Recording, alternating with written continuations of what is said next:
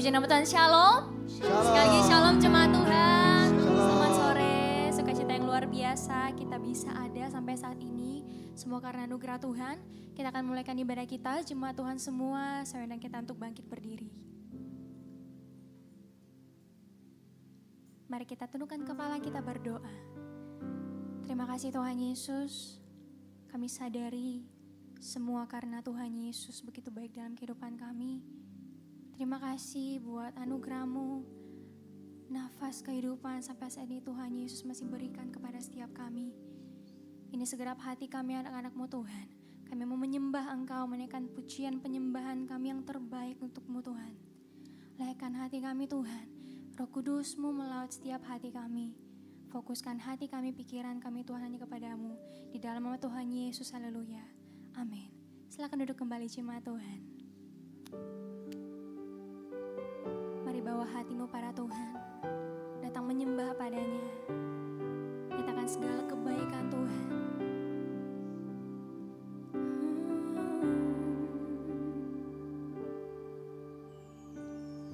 Ini hatiku menyembah-Mu, tulus dan kagum padamu Yesus. Ini hatiku tak sempurna,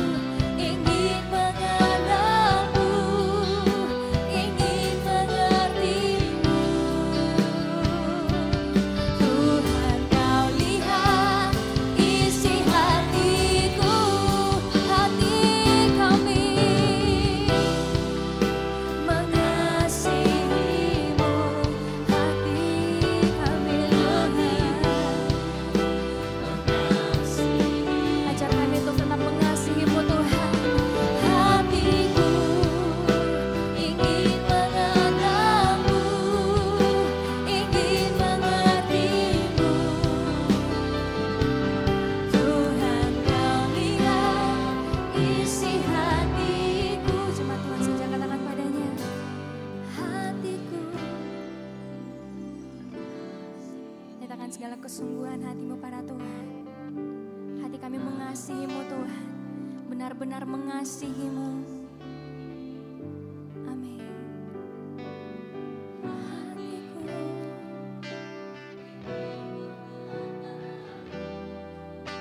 ingin mengertimu. Boleh sambil angkat tanganmu para Tuhan, katakan, kami mengasihimu Tuhan. Hatiku mengasihimu.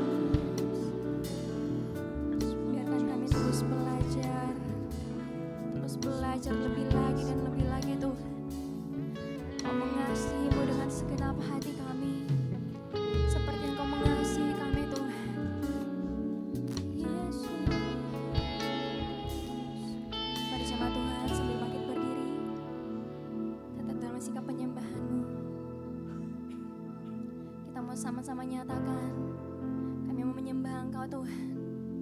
Kami mau meninggikan nama-Mu dengan segenap hati kami. Sebab Kau yang layak kami sembah Tuhan.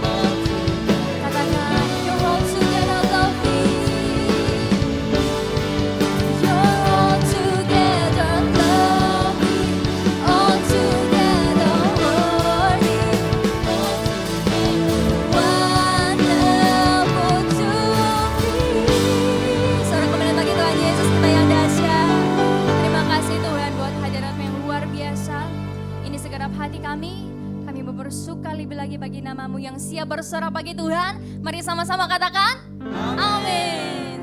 Kita punya Tuhan Yesus begitu baik dalam setiap kehidupan kita. Amin. Amin.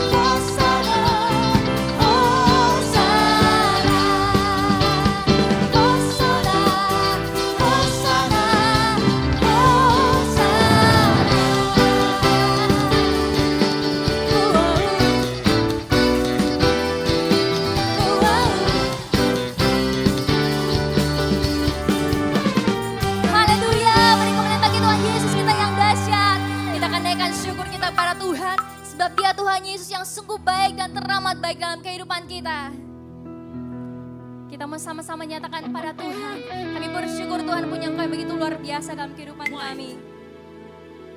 Terima kasih Tuhan. Boleh lihat kiri kanannya, Tuhan Yesus begitu baik dalam setiap kehidupan kita.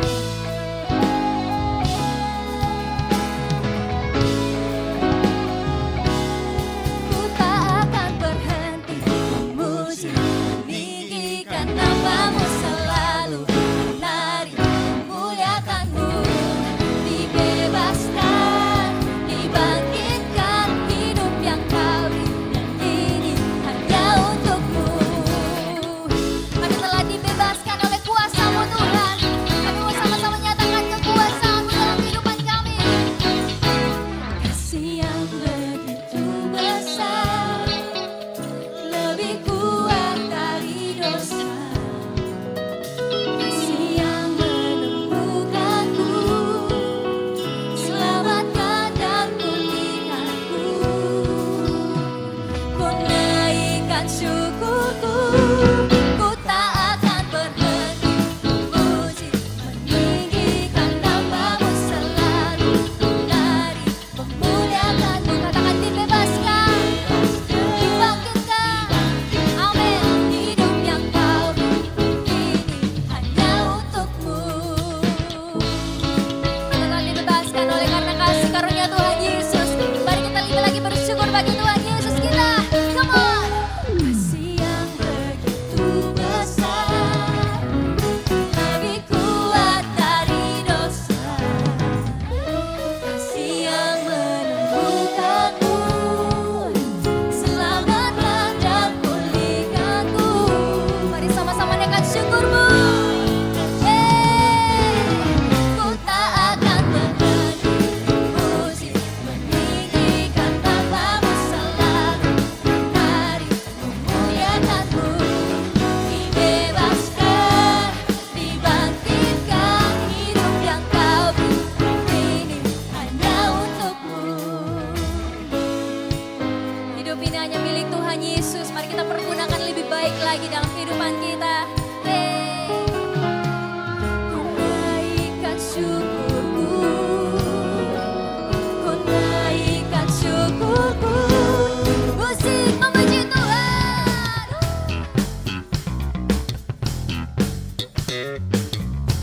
Mari bertepuk tangan lebih lagi bagi Tuhan Yesus kita. Hey.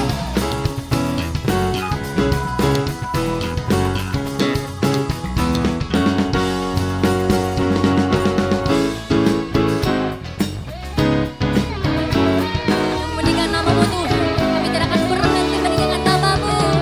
Berhenti memuji, meninggikan nama-Mu selalu, menari, memuliakan-Mu, dibebaskan, dibangkitkan, hidup yang Kau beri, ini hanya untuk-Mu. Takkan berhenti meninggikan nama-Mu, dibebaskan, dibebaskan, dibangkitkan, hidup yang Kau beri, hanya untuk-Mu. Hidup yang Kau beri, hanya untuk-Mu. Sekali lagi beri tepuk tangan buat Tuhan Yesus kita. Haleluya. Silakan duduk kembali jemaat Tuhan. Kita akan mendengarkan pembacaan katekismus. Kepada yang melayani dipersilakan.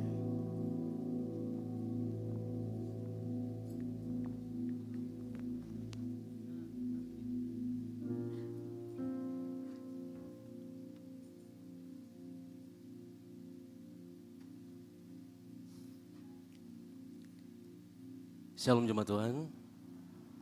Sekali lagi shalom jemaat Tuhan.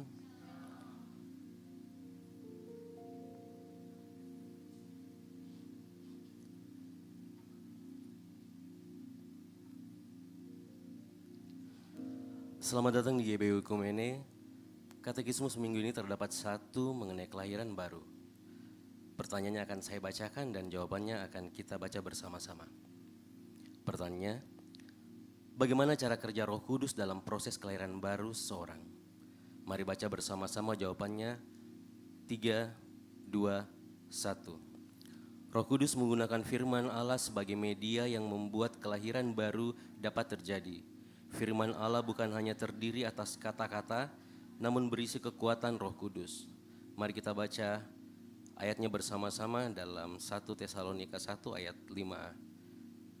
Sebab Injil yang kami beritakan bukan disampaikan kepada kamu dengan kata-kata saja, tetapi juga dengan kekuatan oleh Roh Kudus dan dengan suatu kepastian yang kokoh. Demikian katekismus kita minggu ini. Tuhan Yesus memberkati kita.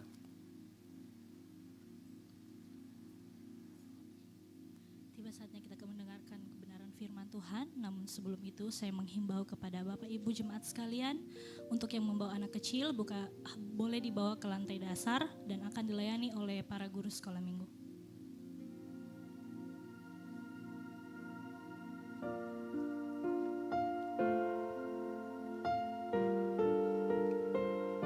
Kami tetap percaya Tuhan meski kami tidak melihat jalan-Mu Tuhan.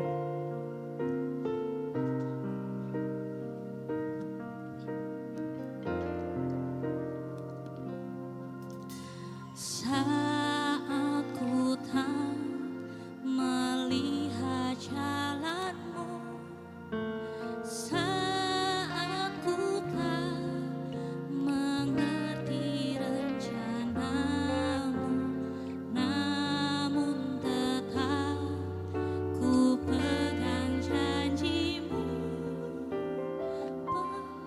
Pengharapanku hanya padamu.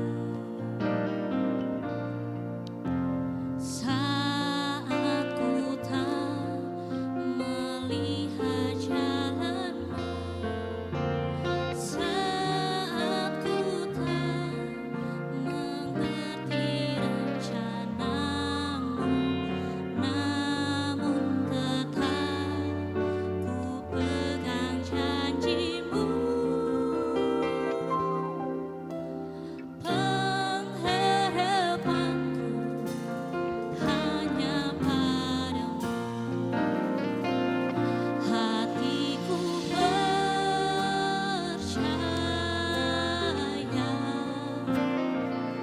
hatiku percaya,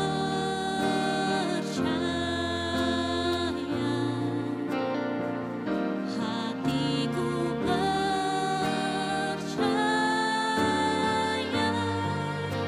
selalu ku percaya. Mari kita nyanyikan lagu ini dari awal bersama-sama. Saat ku tak melihat jalan-Mu, saat ku tak mengerti rencana-Mu, namun tetap ku pegang janji-Mu.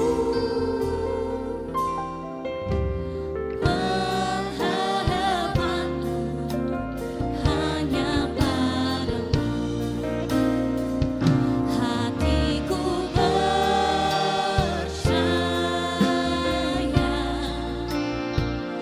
hatiku percaya, hatiku percaya,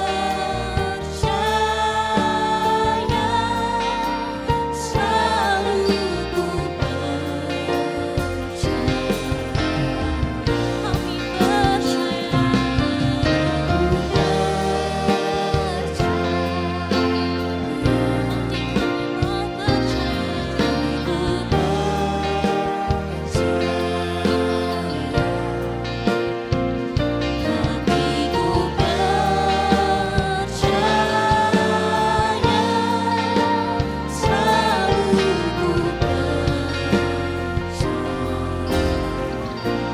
jemaat saja yang katakan, hatiku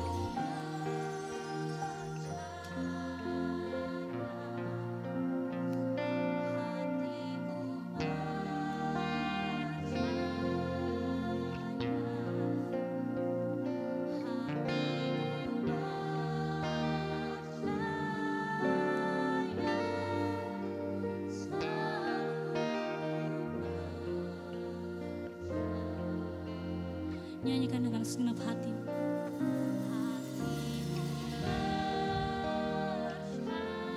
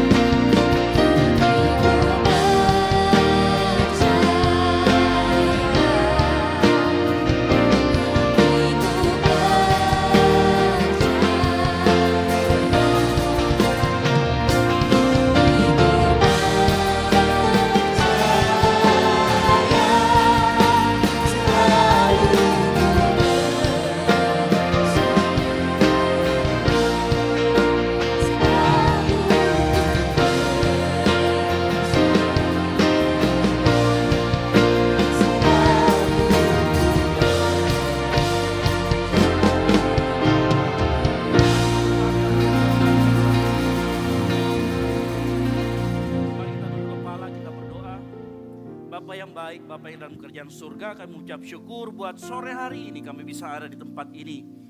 Pujian penyembahan kami naikkan di hadapan-Mu karena hanya Engkau yang layak ditinggikan dan dimuliakan. Dan tiba saatnya kami mau duduk diam mendengarkan firman Tuhan. Urapi setiap kami pribadi demi pribadi, jangan ada terlewat sore hari ini. Dan berbicaralah kepada kami, sehingga saat Engkau berbicara kepada kami dibukakan penyingkapan firman Tuhan. Sehingga hidup kami kembali ditegur, kembali dibenarkan. Kami serahkan pemberitaan firman Tuhan ini di dalam satu nama Tuhan Yesus Kristus. Yang siap mendengarkan firman Tuhan, sama-sama katakan, amin. Boleh silakan duduk. Boleh kasih tepuk tangan buat teman-teman yang melayani sore hari ini. Ya, mulai dari depan sampai belakang saya pikir mereka melakukan pelayanan yang luar biasa. Yang setuju katakan amin. Baik, enggak kurang keras ini aminnya nih. Yang setuju katakan amin. Baik, mari kita buka bersama-sama. Kita akan belajar firman Tuhan sore hari ini dengan tema bekerja dengan hati. Bekerja dengan hati. Nah, minggu lalu, di minggu pertama, kita sudah belajar bagaimana etos kerja orang Kristen. Ya, di sana kita belajar bagaimana hubungan antara Tuhan dan hamba, lalu kemudian Tuhan dengan Kristus, dan kepada siapa hati itu harus diarahkan. Nah, tapi sore hari ini kita akan belajar lebih dalam lagi bagaimana bekerja dengan hati. Oleh karena itu, mari kita buka bersama-sama firman Tuhan di dalam Efesus 6, ayat 5 sampai dengan yang ke-8. Efesus 6 ayat 5 sampai dengan yang ke-8. Saya jemput jemaat Tuhan bangkit berdiri. Ayat 5 saya akan baca, 6 ayat jemaat Tuhan, 7 saya lagi, 8 kita baca bersama-sama. Yang sudah ketemu katakan amin. Ya, baik. Efesus 6 ayat 5 sampai dengan 8. Firman Tuhan berkata demikian, hai hamba-hamba, taatilah Tuhanmu yang di dunia ini dengan takut dan gentar. Dan dengan tulus hati sama seperti kamu taat kepada Kristus. 6, keras.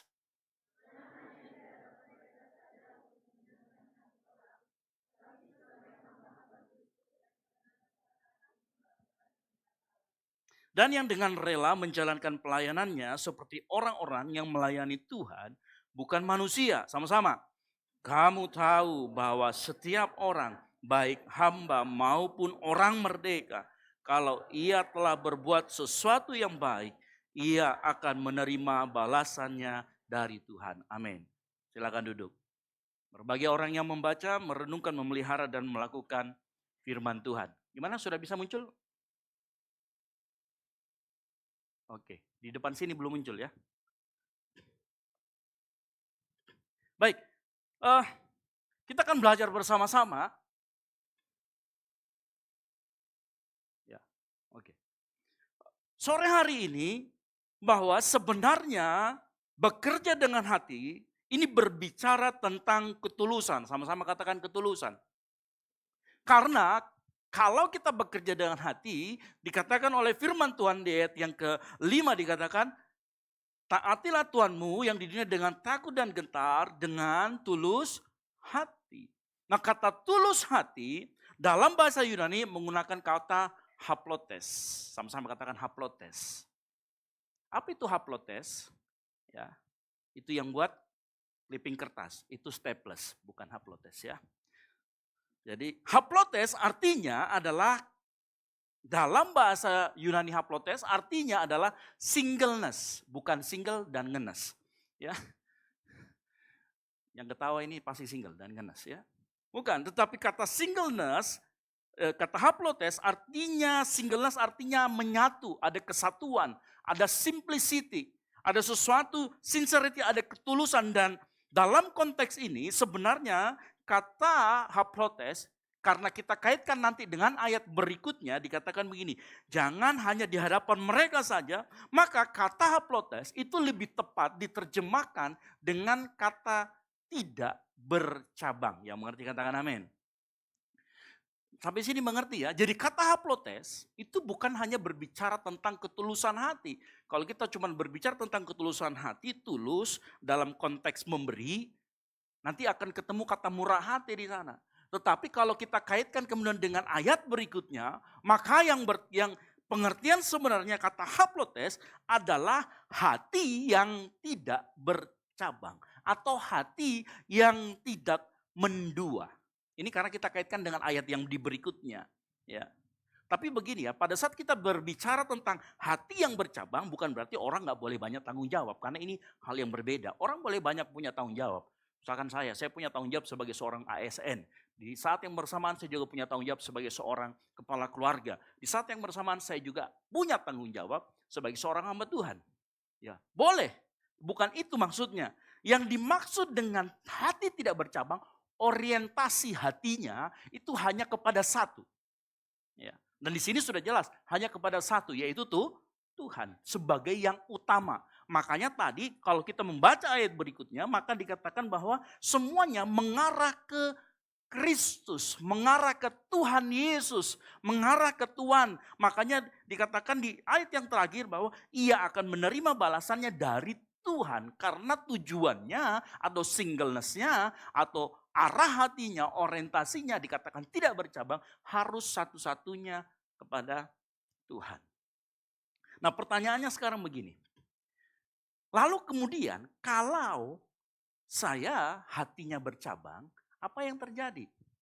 Nah saya mengerti hati yang bercabang ini sifatnya umum. Tidak hanya berbicara masalah pekerjaan. Walaupun judulnya bekerja dengan hati, tapi saya akan coba masukkan ini juga relate dengan kehidupan kita dimanapun kita berada.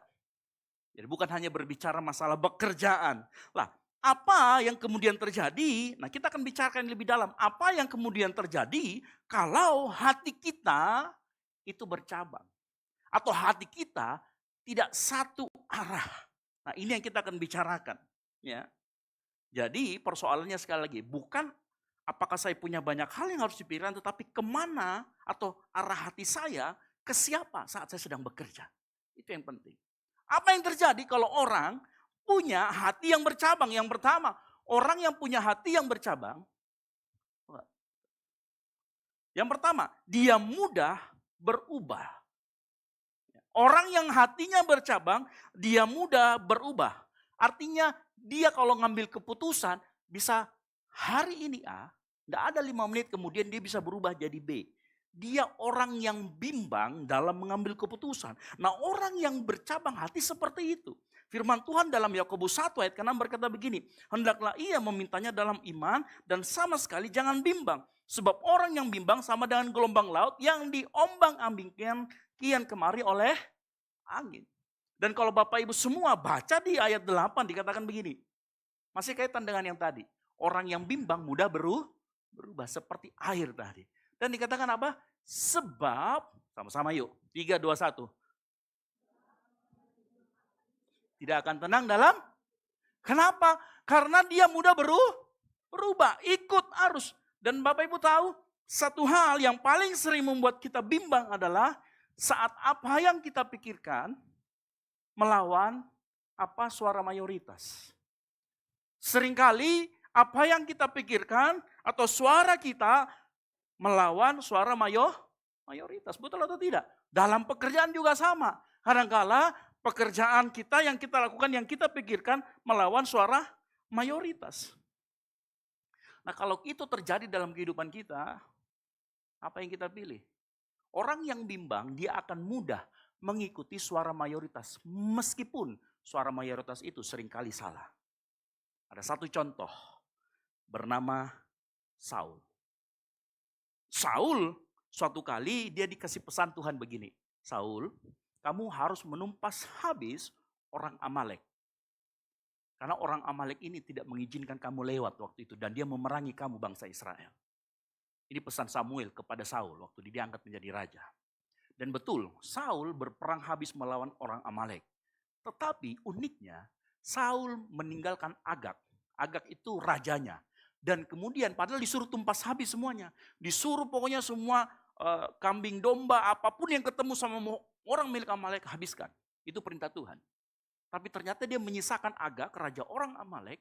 Dan kambing domba yang gemuk-gemuk ternyata rakyatnya ambil dengan alasan untuk dipersembahkan kepada Tuhan.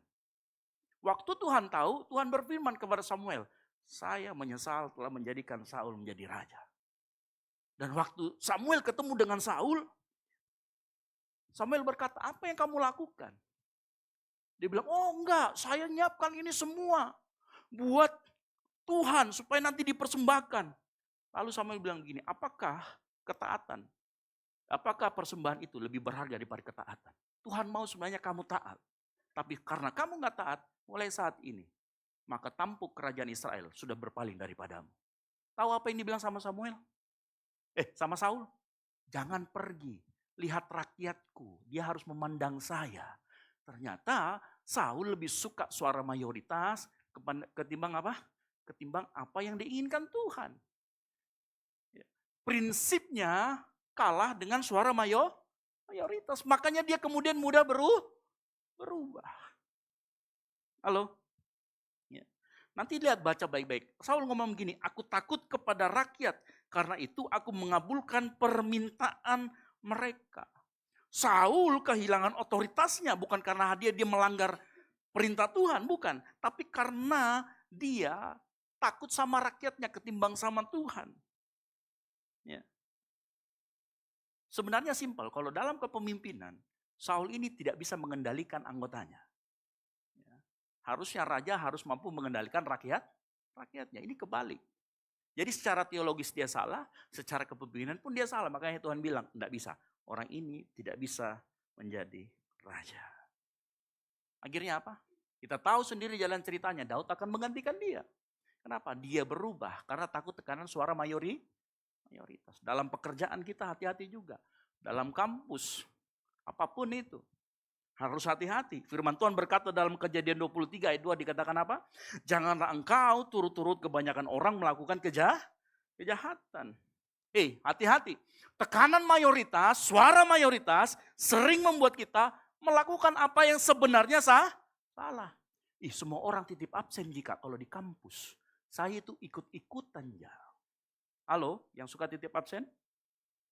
Semua orang itu Kak, dia kasih naik Pak. Harganya itu, harganya sekian, dia kasih naik jadi sekian. Dia markup, semuanya begitu Ji. Suara mayoritas. Kalau yang lain lakukan, kenapa saya tidak boleh? Dia begitu, saya juga haruslah. Karena suara mayoritas. Dengar baik.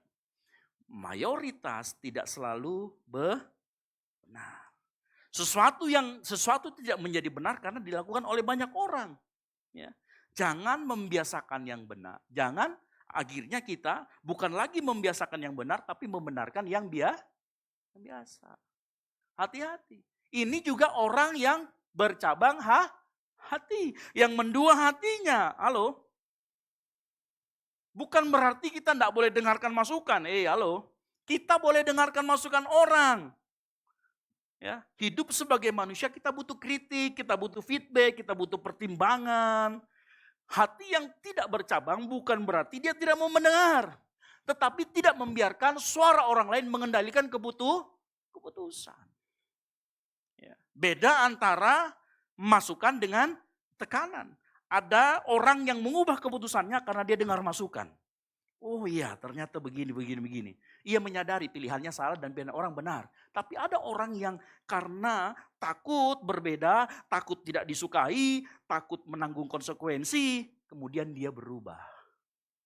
Karena takut dikatain cupu. Ya.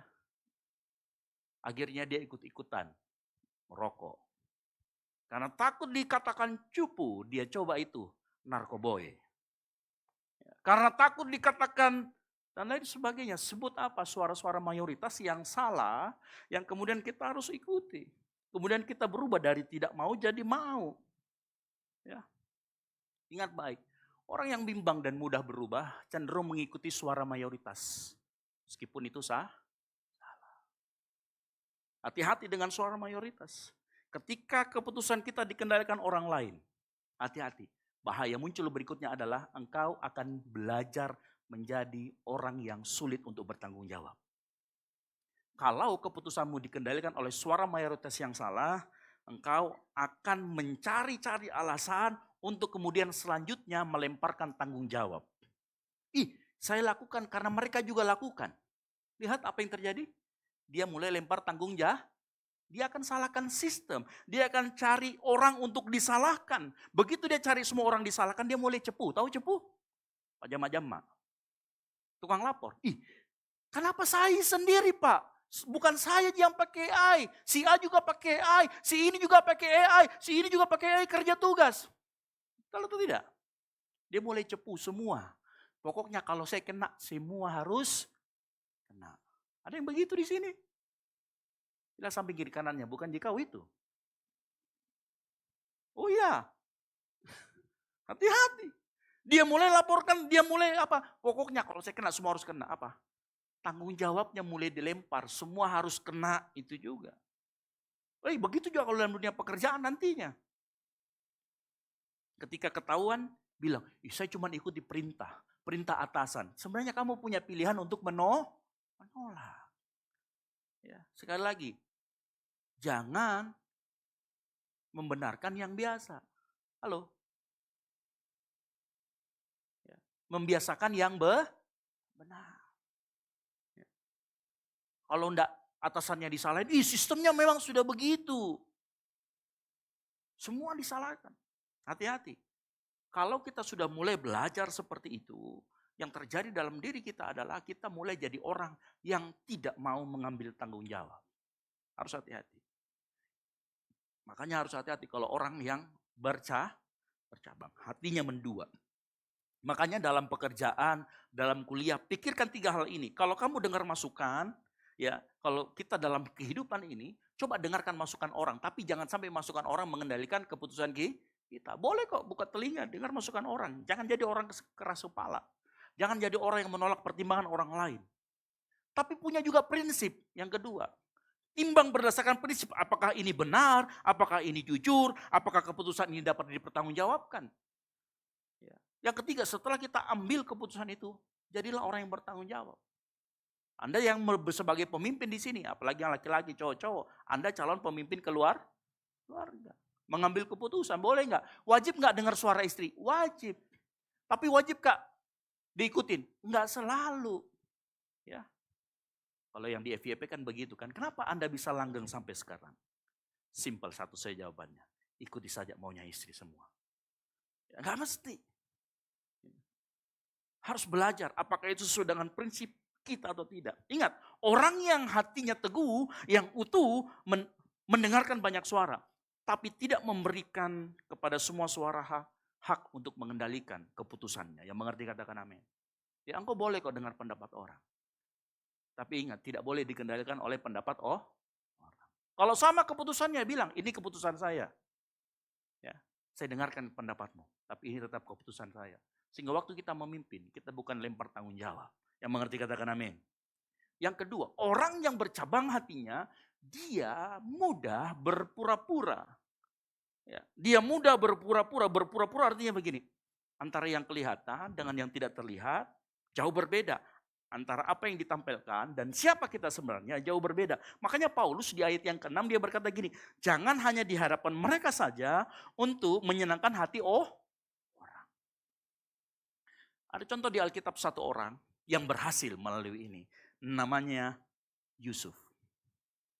Di dalam Kejadian 39 ayat 9 dikatakan, nanti baca sendiri di rumah, dia terus digoda oleh istri Potifar. Ayo tidur dengan aku. Ini gak ada orang.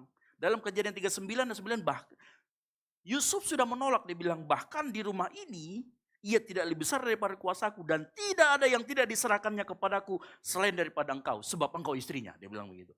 Bagaimana mungkin aku melakukan kejahatan yang besar ini dan perhatikan. Dan berbuat dosa kepada Allah. Ingat ini nih momennya seringkali mereka berdua. Dia tidak bilang dan aku berdosa besar terhadap Potifar. Tidak. Dia bilang aku berdosa besar terhadap Allah. Karena dia tahu tuannya adalah Allah sendiri. Bahkan kejadian ini tidak hanya satu kali. Berkali-kali. Setiap hari digodai. Nanti baca ayat 10-nya. Dalam 39 ayat 10. Walaupun dari hari ke hari perempuan itu membujuk Yusuf. Yusuf tidak mendengarkan bujukan itu untuk tidur di sisinya dan bersetubuh dengan dia. Perhatikan, ini orang yang tidak bercabang hatinya.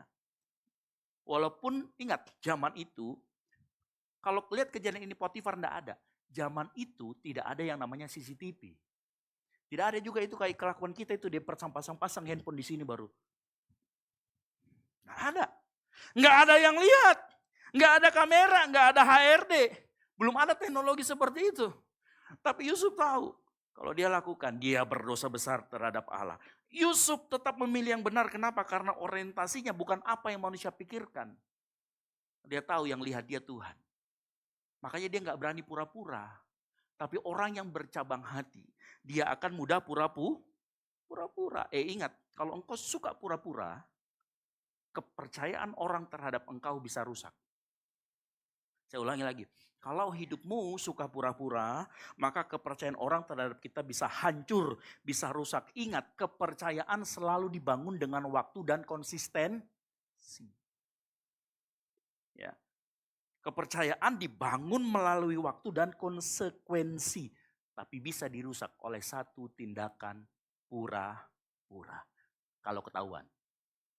Kalau begitu tidak ketahuan, Kak, ya tidaklah. Kan Tuhan Maha tahu. Hati-hati. Ya. Jangan sampai nanti kita semua bekerja, kita semua dianggap bertanggung jawab. Woi, kerja bagus. Ternyata ketika atasannya ada, dia sok-sok bertanggung jawab. Tapi begitu tidak ada, wih santai-santai, leha-leha. Begitu satu kali ketahuan, apa yang dipikirkan oleh atasan begini, anak ini ternyata kalau saya tidak ada begini, kalau saya ada begini.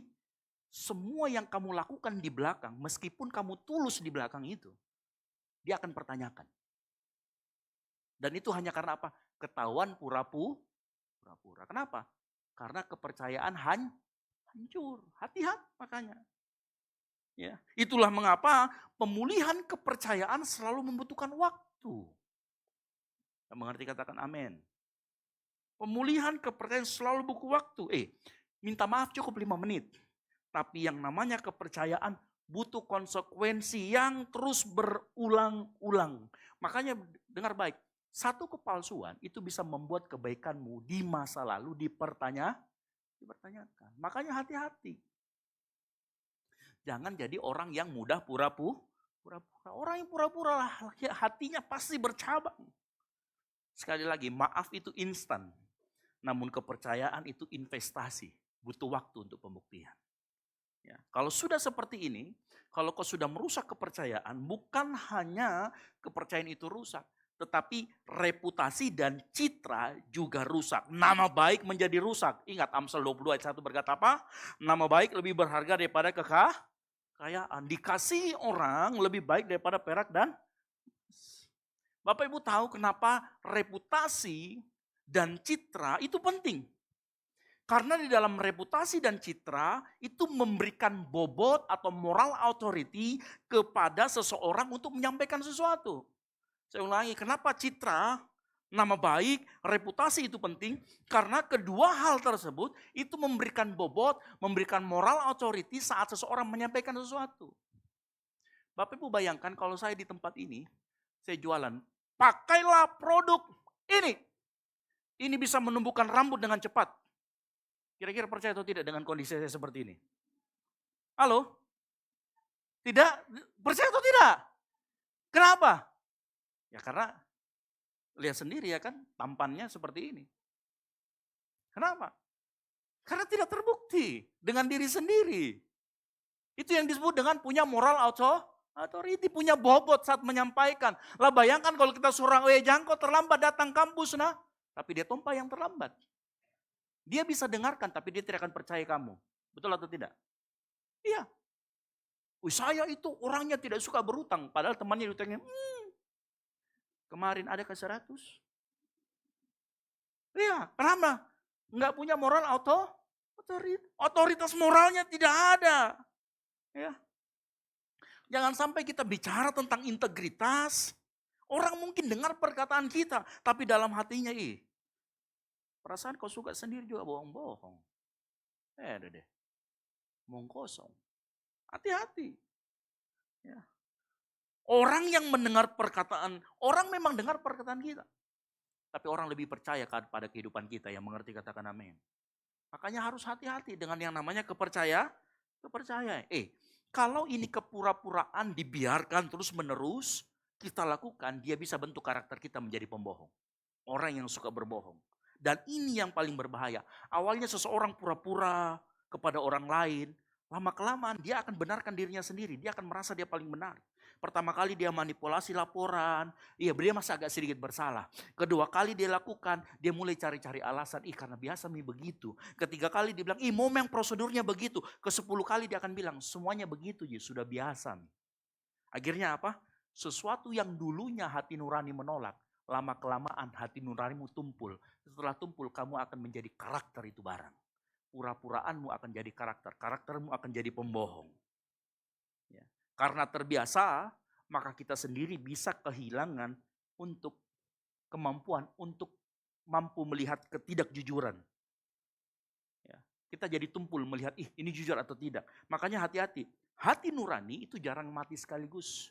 Ia menjadi tumpul sedikit demi sedikit. Melalui apa? Pura-pura. Harus hati-hati. Sampai di sini mengerti. Makanya hati-hati. Jangan biasakan menjadi orang yang suka berpura-pura. Jangan biasakan orang suka menjadi orang yang bercabang hatinya. Dalam dunia pekerjaan, orang selalu mencari orang yang tulus. Yang kalau di hadapan bos, tidak di hadapan bos, ada bos, sama saja.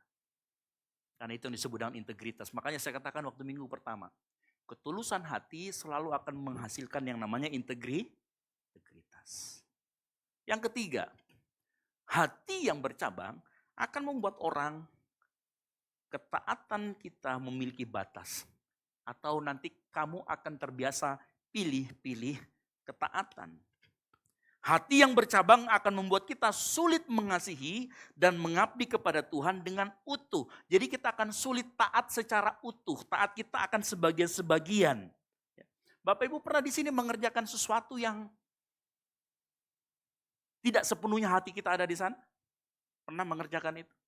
Siapa yang di sini waktu kecil disuruh pergi beli bumbu masak? Beli bawang 5, cabai 5 nah. Disebut bawang merah sama cabai. Karena hatinya manoko-noko, tahu manoko-noko? Ngomel-ngomel, dia pergi jalan, dia bukan beli bawang merah, dia beli bawang putih. Pernah ada yang begitu? Kenapa? Karena dia enggak tulus. Hatinya setengah mau mengerjakan. Akhirnya yang dikerjakan tidak maksimal, tidak excellent, tapi seadanya, bahkan cenderung salah. Akhirnya output yang dikerjakan biasa-biasa saja. Ya. Nanti dia mengerjakan sesuatu, dia nggak teliti tuh. Kalau orang yang mengerjakan sesuatu tidak dengan sepenuh hati, atau setengah-setengah hati, atau pilih-pilih. Ya.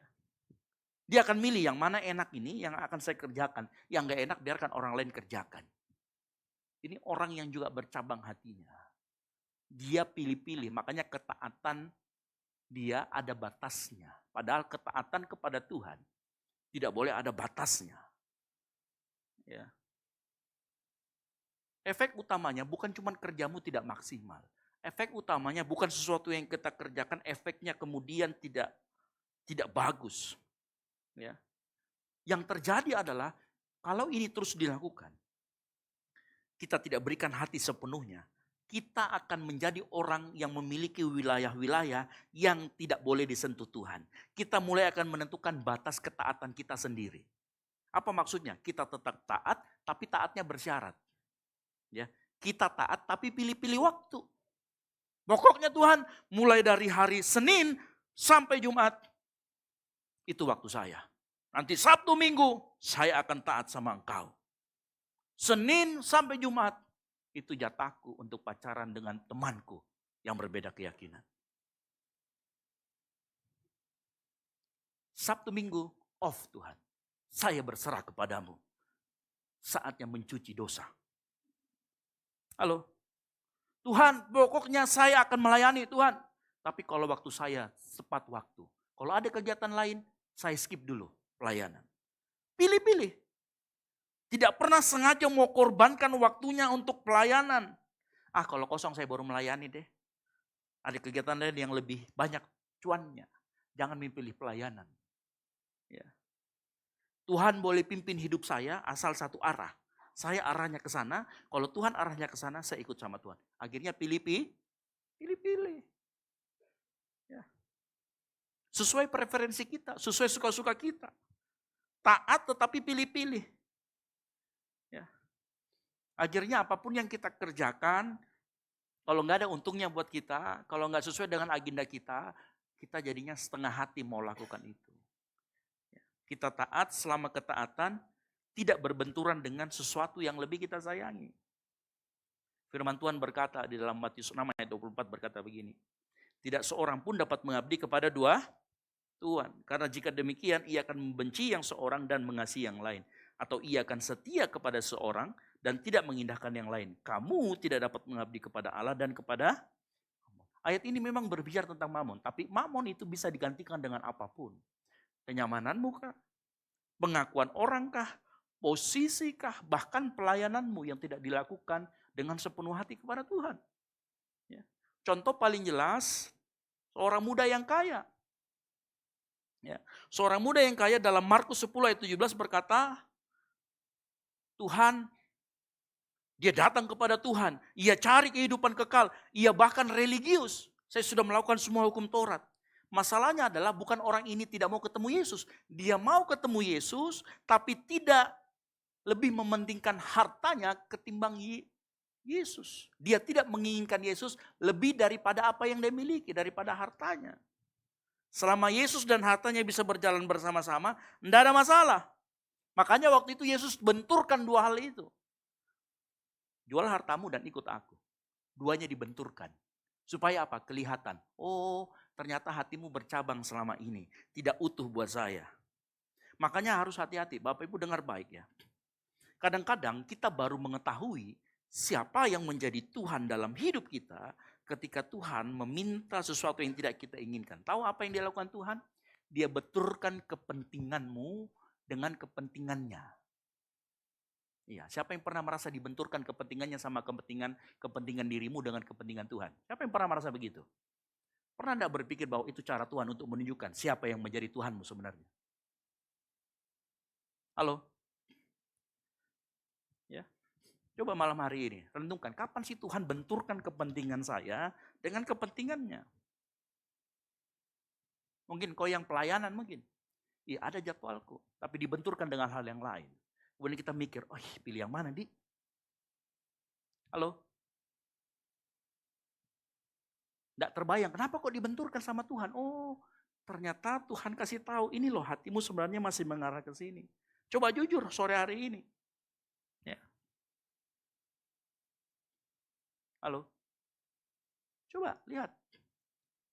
Berapa kali Tuhan benturkan kepentinganmu dengan kepentingannya. Dan berapa kali kita ambil keputusan untuk ikut Tuhan ketimbang ikut keinginan kita. Dengar baik malam hari ini. Kalau kita terus mengambil kepentingan kita di atas kepentingan Tuhan. Kalau pola ini terus dipelihara. Yang terjadi apa? Kita akan hidup dalam ilusi seolah-olah kita taat sepenuhnya sama Tuhan. Padahal engkau nggak taat. Ketaatan sebagian itu sama dengan ketaatan yang tidak penuh kepada Tuhan. Sama seperti orang muda kaya. Dia merasa sudah sepenuhnya taat. Dan dia berakhir dengan apa? Meninggalkan Yesus dan dia bohongi dirinya sendiri. Sama seperti orang Farisi. Dia merasa dia sudah saleh. Mereka berhasil menciptakan gambaran diri yang saleh dalam diri mereka. Orang Farisi dan orang muda ini. Sampai mereka percaya pada gambaran itu. Padahal firman Tuhan berkata, tetapi hendaklah kamu sendiri menjadi pelaku firman dan bukannya pendengar saja. Sebab jika tidak demikian, kamu menipu diri sendiri. Ternyata konsep menipu diri sendiri itu ada. Dan itulah, dia berpikir dia sudah taat sepenuhnya. Padahal dia nggak taat sepenuhnya. Kenapa? Karena saat kepentinganmu dan kepentingan Tuhan berbenturan, kamu lebih pilih kepentinganmu. Satu kali ada satu orang yang namanya Abraham, di mana kepentingan dia dan kepentingan Tuhan dibenturkan. Apa? Waktu dia mempersembahkan anaknya. Tuhan ngomong, kasih anakmu yang satu-satunya itu kepadaku. Dibenturkan. Padahal dia dari dulu pengen banget punya anak. Begitu dia benturkan, apa yang dipilih sama Abraham? Dia dahulukan kepentingan Tuhan. Itu lebih loh dari segala apa yang kita miliki. Kalau kita rindu punya anak, tiba-tiba Tuhan ngomong, saya ambil anakmu ya. Kepentingan Tuhan. Tapi Abraham, dia pilih kepentingan Tuhan di atas kepentingannya. Yang paling tinggi sekalipun. Itulah disebut dengan dia Bapak orang percaya. Bapak orang punya iman. Karena dia tahu kepentingan Tuhan lebih penting dari kepentingannya. Makanya dengar baik. Hati-hati dengan konsep menipu diri sendiri. Halo? Ya. Bisa saja kita saat ini secara lahiriah masih beribadah, masih melayani, masih berdoa, bahkan masih pimpin pujian dan lain sebagainya. Namun ada area yang kita sembunyikan, yang kita bilang, Tuhan jangan ganggu area yang ini ya. Jangan ganggu ini, saya punya kehidupan asmara ya. Jangan ganggu ini kehidupanku, setelah makan saya pasti merokok. Jangan ganggu area yang ini ya Tuhan ya. Pokoknya kau jangan ganggu. Makanya seringkali area yang itu Tuhan uji, dia benturkan dengan kepentingannya. Supaya apa? Ketahuan, ternyata selama ini saya tidak pernah mendahulukan Tuhan. Saya tidak pernah memprioritaskan Tuhan. Disitulah kita tahu hati kita sebenarnya sedang bercabang. Ada seorang anak muda bernama M. M ini Anda boleh sebut siapa namanya. Ya. Merasa diri, M bisa juga merasa diri sendiri kah atau apa. Ada seorang anak muda ya, yang bernama M. Sangat aktif melayani di gereja. Selalu hadir, bantu kegiatan. Pokoknya dia siap gantikan teman yang berhalangan. Karena itu pemimpinnya menilai sungguh-sungguh, M ini sungguh-sungguh mengasihi Tuhan. Suatu kali gereja mengadakan pelayanan sosial. Tapi waktunya ternyata bertepatan dengan pekerjaan sampingannya yang punya bayaran besar. Ketika diminta membantu, dia nolak. Karena dia sudah ada janjian. Sang pemimpin mengerti pertama awalnya. Namun beberapa minggu kemudian, ia terus menolak pelayanan. Karena apa? Saya ada janji dengan teman, saya harus nongkrong. Tadi mulai apa? Awalnya hati nuraninya terganggu. Lama-kelamaan dia biasakan, hati nuraninya mulai tumpul. Beberapa bulan setelahnya pemimpin pelayan menawarkan tanggung jawab yang lebih besar. Halo M, kamu bersedia nggak? Kamu mengambil tanggung jawab ini. Tapi memang kalau kamu ambil tanggung jawab ini, kamu banyak waktu, butuh latihan, butuh pengorbanan. Dia tolak.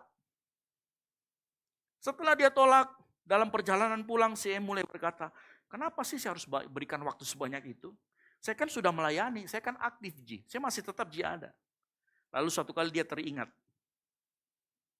Ia ternyata sering mengorbankan beberapa akhir pekan untuk pekerjaan tambahan, untuk ambil cuti liburan, untuk mengatur jadwal demi menghadiri konser, untuk nongkrong. Satu kali dia sadar, masalahnya bukan tidak punya waktu, melainkan ia hanya tidak mau korban untuk hal-hal yang dianggapnya lebih penting. M sadar bahwa selama ini ia tidak tinggalkan Tuhan. Ia tetap beribadah, ia tetap berdoa, melayani. Namun Tuhan hanya menerima sisa waktu setelah kepentingannya terpenuhi. Setelah agendanya terpenuhi, baru dia dahulukan Tuhan. Akhirnya si M sadar bahwa waktu ia berkata, Tuhan hidupku milikmu. Tapi sebenarnya maksudnya adalah selama engkau tidak minta bagian ini, aman Ji. Jangan ambil bagian yang saya miliki. Seperti orang muda yang kaya. Menginginkan Yesus tapi tidak mau lepaskan hartanya. M juga mau Tuhan tapi nggak mau merelakan waktunya. Makanya sekali lagi sore hari ini coba dengar baik. Perhatikan hidupmu baik-baik. Hal apa yang sering Tuhan benturkan kepentinganmu dan kepentingannya. Dan coba ingat kembali, refleksi kembali, ingat kembali. Keputusan apa yang kau ambil saat itu? Disitulah hatimu berada. Halo? Hati yang bercabang tidak selalu membuat seseorang tinggalkan gereja. Seseorang bisa tetap beribadah melayani. Tapi dia menyimpan satu area yang Tuhan tidak boleh sentuh. Tuhan semuanya milikmu, tapi kecuali satu ini. Padahal mungkin sebagian itulah yang Tuhan mau ingatkan kepada kita sore hari ini. Halo? Hati-hati. Coba lihat, cek baik-baik hidup kita. Bagian apa itu? Pemain musik saya panggil maju ke depan. Bapak Ibu Saudara sekalian, ingat, Tuhan tidak hanya lihat apa yang kita kerjakan.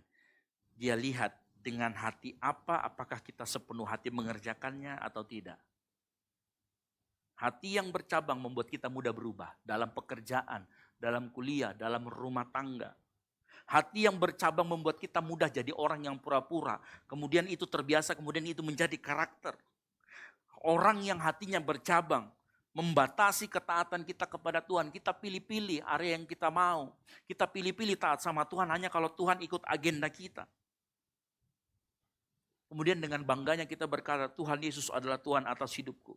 Tapi diam-diam masih ada bagian tertentu yang kita pegang dan kita berkata, Tuhan jangan bagian yang ini. Makanya sore hari ini, periksa hati kita. Apakah saya orang yang sama ketika ada orang lihat kita atau tidak? Apakah saya tetap memilih yang benar ketika semua orang memilih yang salah? Apakah saya tetap taat ketika ketaatan itu menuntut sesuatu yang harus dikorbankan? Apakah pada saat jadwalku sama jadwalnya Tuhan dibenturkan, siapa yang saya pilih? Jangan sampai kita bilang, Tuhan kaulah segalanya di dalam hidupku. Tapi ternyata begitu berbenturan dengan kepentingan kita dan kepentingan Tuhan, kita lebih milih kepentingan kita sendiri. Jangan hanya berikan waktu kepada Tuhan, sisa waktu, sisa tenaga, atau bagian hidup yang nyaman untuk diberikan. Jangan. Efesus 6 mengatakan, lakukan semuanya seperti untuk Tuhan dan bukan untuk manusia. Tuhan mau dia jadi prioritas dalam hidupmu. Yang mengerti katakan amin. Tuhan mau hatimu utuh saat terarah kepada Dia. Sekali lagi, jangan kuliah, jangan bekerja, jangan melakukan sesuatu dengan hati yang terbagi, jangan melayani dengan hati yang tersisa. Berikan kepada Tuhan hati yang utuh. Yang mengerti katakan amin. Berikan kepada Tuhan hati yang betul-betul terarah kepada Dia saat melakukan sesuatu. Jangan setengah-setengah, supaya engkau tidak mudah berubah. Kenapa? Sekali lagi, Tuhan tidak hanya menginginkan apa yang ada di tangan kita. Tuhan menginginkan keutuhan hati di baliknya. Yang mengerti katakan amin. Boleh kasih tepuk tangan yang meriah buat kemuliaan buat nama Tuhan. Mari kita bangkit berdiri. Kaulah segalanya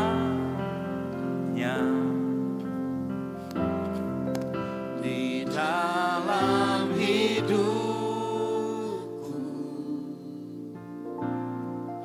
kerajaanmu,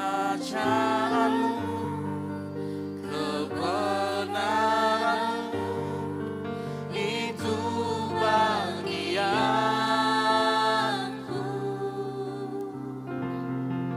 Kaulah yang ku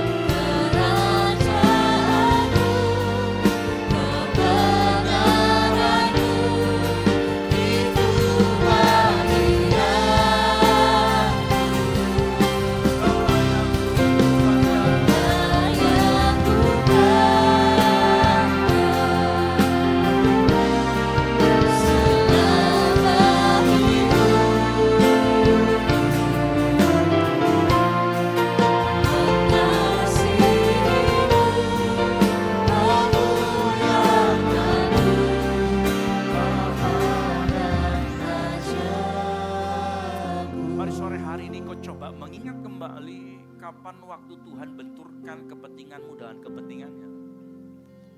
Coba ingat kembali kapan terakhir kali engkau mengikuti kemauan Tuhan. Kapan terakhir kali engkau bisa memilih dengan tepat apa yang dikehendaki Tuhan ketimbang kehendak kita. Dan saya mau beritahu malam hari ini ada panggilan kembali untuk kepada Tuhan. Supaya mulai hari ini kita belajar mendahulukan apa yang menjadi penting buat Tuhan ketimbang apa yang menjadi penting buat kita.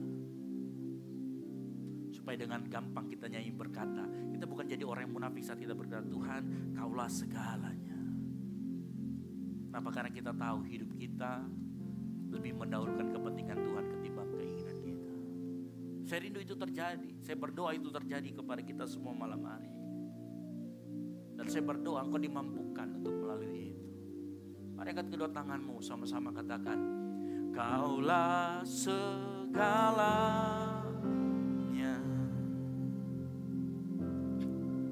di dalam hidupku.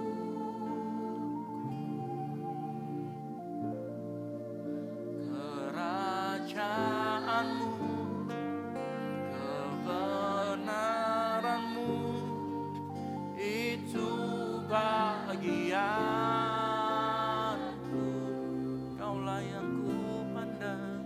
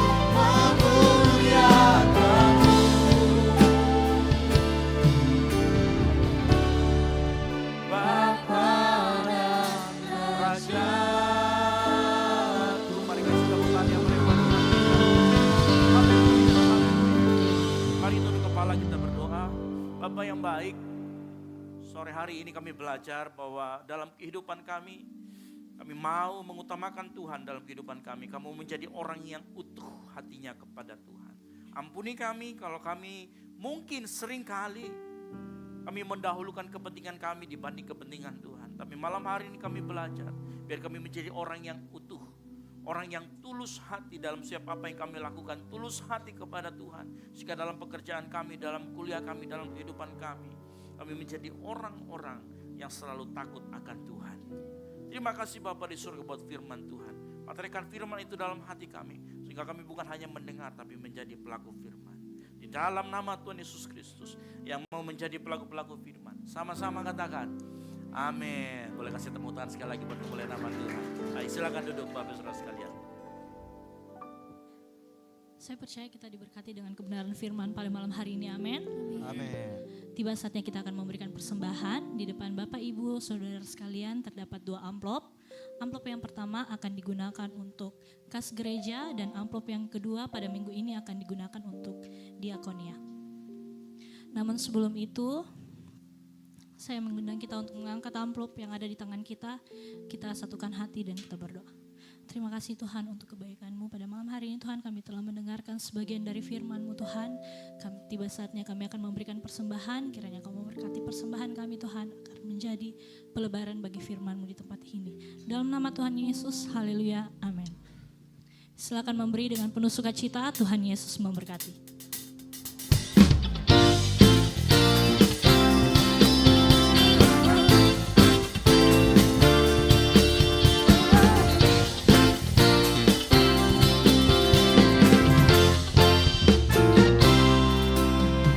Betapa baiknya Engkau Tuhan, kasih-Mu tiada berkesudahan.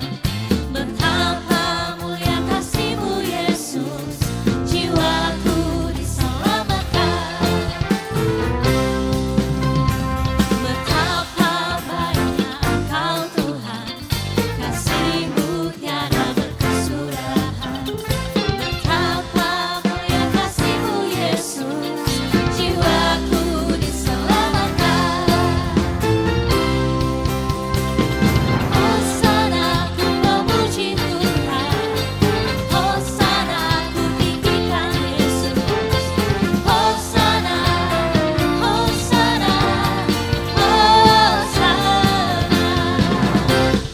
Hosana ku memuji Tuhan, Hosana ku tinggikan Yesus. Hosana, Hosana, Hosana. Tuhan kita baik, amin.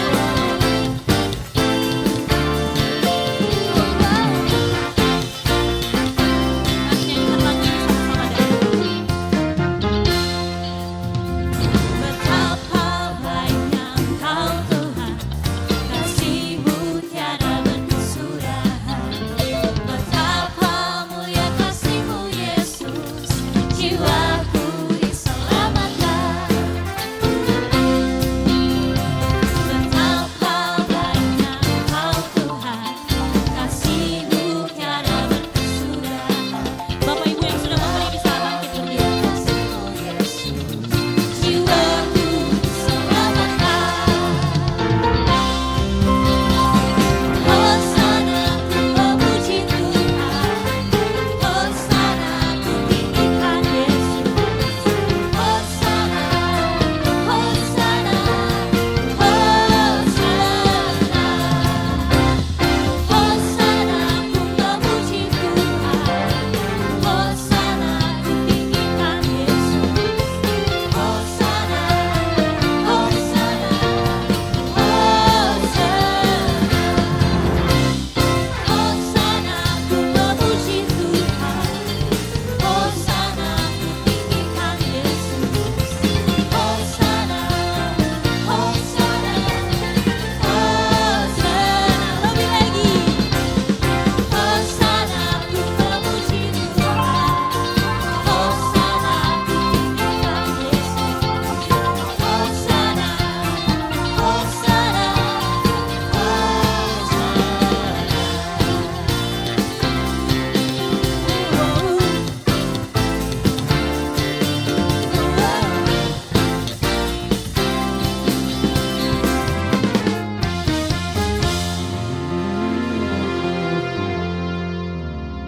Silakan duduk Bapak Ibu jemaat sekalian. Tiba saatnya kita akan mendengarkan pengumuman minggu sepekan. Kepada yang melayani dipersilakan. Shalom jemaat yang dikasihi Tuhan, berikut beberapa informasi kegiatan GBI Oikumene selama 1 minggu ke depan. Kami mengajak teman-teman semua yang rindu bersekutu dan bertumbuh bersama dalam Tuhan untuk hadir di ibadah ground Grow Up in God. Bagi teman-teman yang belum bergabung di salah satu ground, silakan mengakses barcode informasi yang telah disediakan. Ibadah khusus kaum wanita atau Putri Sion akan diadakan minggu ini. Bagi para wanita terkasih Tuhan, jangan lupa hadir untuk beribadah bersama sesuai dengan informasi yang tertera. Bagi saudara-saudari yang ingin mendapatkan dukungan doa, silakan menghubungi nomor berikut. Pondok Daud akan diadakan setiap hari Selasa dan Jumat pukul 3 sore bertempat di ruang sekolah minggu. Bagi jemaat Tuhan yang berkerinduan untuk didoakan, silakan mengisi form pokok doa yang telah disiapkan. Mari tetap saling menopang dalam doa-doa kita kepada Tuhan.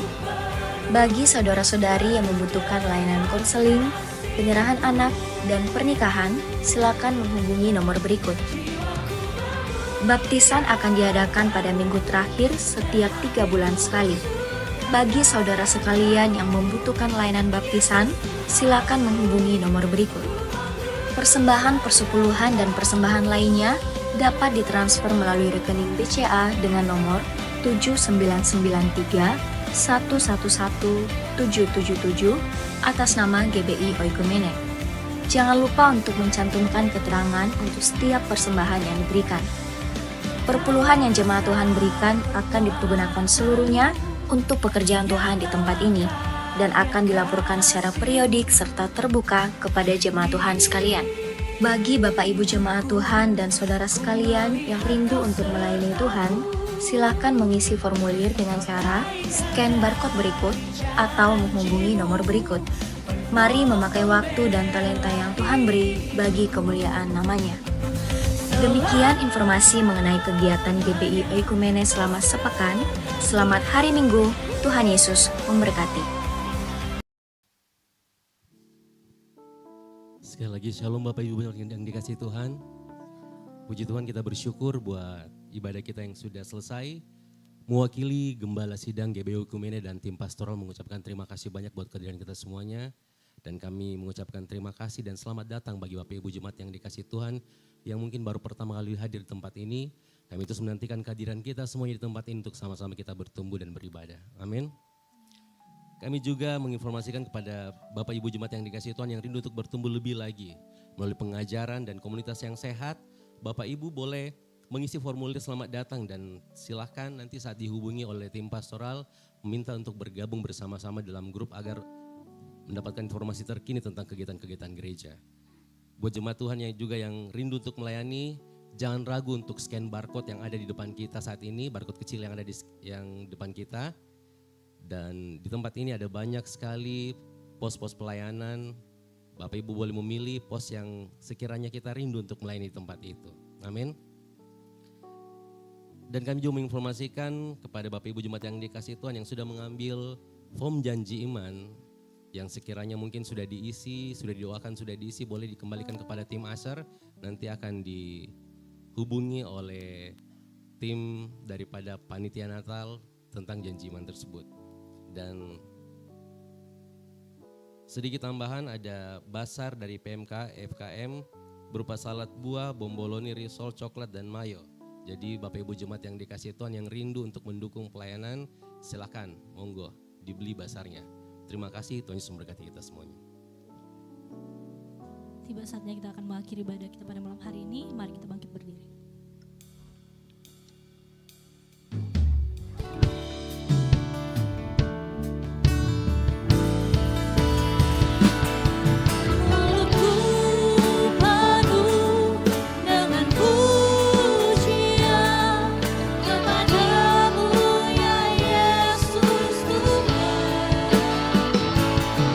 Sepanjang hari ku beri pengorbanan.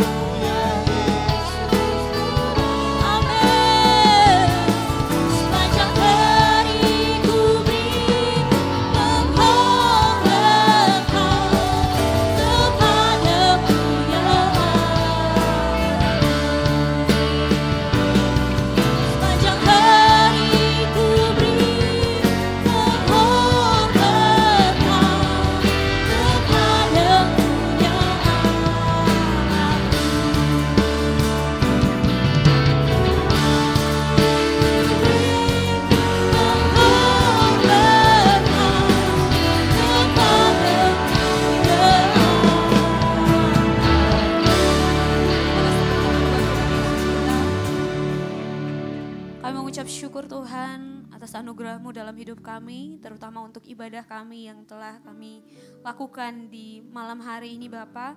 Terima kasih untuk penyertaan Tuhan, kami telah berada di penghujung ibadah kami. Dan izinkan kami Tuhan untuk membawa pokok-pokok doa kami kepadamu Tuhan. Karena kami percaya telinga-Mu tidak kurang tajam untuk mendengarkan dan tangan Tuhan tidak kurang panjang untuk menolong setiap kami. Terima kasih Bapa. Malam hari ini Tuhan kami mau berdoa untuk kami semua ibadah yang telah berlangsung. Kami mengucap syukur dan kami mau berdoa untuk anak-anak Tuhan yang ambil bagian pelayanan buat malam hari ini. Biar Tuhan Yesus terus perlengkapi mereka dengan kuasa Tuhan. Terus memberikan mereka talenta-talenta yang mereka bisa pakai untuk lebih lagi melayani Tuhan dimanapun mereka berada. Kami mau berdoa Tuhan untuk pelayan firman yang telah menyampaikan firman-Mu buat kami semua sore malam hari ini. Lebih lagi Tuhan perlengkapi dengan hikmat Tuhan dan pengurapan yang baru. Sehingga Tuhan Yesus dia bisa menjadi berkat Tuhan. Lebih lagi Tuhan dalam hidupnya. Kemanapun kakinya melangkah di sana nama Tuhan dimuliakan. Terima kasih Bapak yang baik. Kami juga malam hari ini mau berdoa Tuhan untuk pemimpin-pemimpin gereja kami. Untuk ketua sinode kami Tuhan Bapak Ruben Hadi Abraham. Ketua BPD kami Bapak Basuki Trinugroho. Ibu Gembala kami Ibu Margareta Sian. Bahkan Wakil Gembala kami Kak Esra Tuhan Dwi Epri Putra. Biar Tuhan Yesus memberkati selalu mereka bersama-sama dengan keluarga masing-masing. Biar Tuhan Yesus yang terus memberkati dan melindungi kesehatan mereka Tuhan pelihara. Dan juga pelayanan mereka Tuhan yang campur tangan. Kami berdoa juga Tuhan untuk para full timer di gereja ini Tuhan. Pastor Peter, Kak Yotama, Anjas, Tuhan memberkati terus pelayanan mereka. Apapun yang mereka kerjakan Tuhan buat berhasil. Tuhan juga berkati part timer di tempat ini serta volunteer yang mengambil bagian, memberi diri dan hati mereka, waktu mereka, tenaga mereka untuk melayani di tempat ini. Kami tahu jerih lelah mereka tidak pernah sia-sia di dalam Tuhan. Terima kasih Bapa yang baik. Kami juga mengucap syukur Tuhan untuk jemaat Tuhan yang telah mengambil waktu untuk beribadah di tempat ini. Tuhan Yesus kami tahu dengan segala pergumulan mereka datang, dengan segala kerinduan mereka bawa kepada Tuhan. Kami tahu semuanya telah dijawab oleh Tuhan.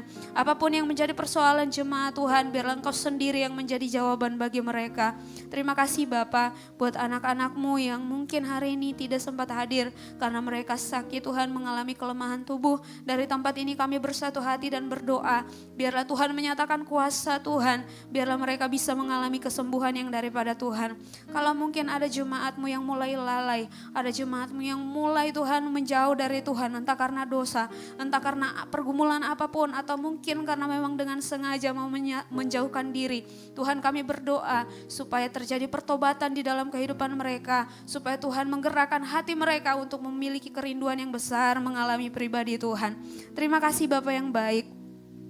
Kami juga mau berdoa Tuhan Yesus buat jemaat-Mu Tuhan hari ini sebagai orang tua, sebagai anak, apapun yang sementara kami lakukan aktivitas kami hari-hari ini Tuhan. Dalam kehidupan kami, rencana kami ke depannya Tuhan, yang mungkin berkuliah, yang bekerja Tuhan, atau yang mungkin mencari pekerjaan, kami serahkan dalam tangan Tuhan. Biar Tuhan yang menyatakan kuasa Tuhan, setiap doa-doa yang mereka naikkan, kerinduan hati mereka, pergumulan dan rencana mereka Tuhan, biarlah semuanya itu Tuhan bisa digenapi sesuai dengan rencana dan kehendaknya Tuhan. Terima kasih Bapa yang baik. Biar Tuhan buka jalan atas setiap usaha, Tuhan buka jalan atas setiap rencana yang dilakukan oleh jemaat Tuhan. Di dalam nama Tuhan Yesus, kami juga rindu berdoa Tuhan untuk gereja-gereja yang ada di sekeliling kami Tuhan, baik itu GPDI, GMS, Gereja Toraja, Gepil dan sebagainya yang ada di sekeliling kami, bahkan di kota kami ini Tuhan.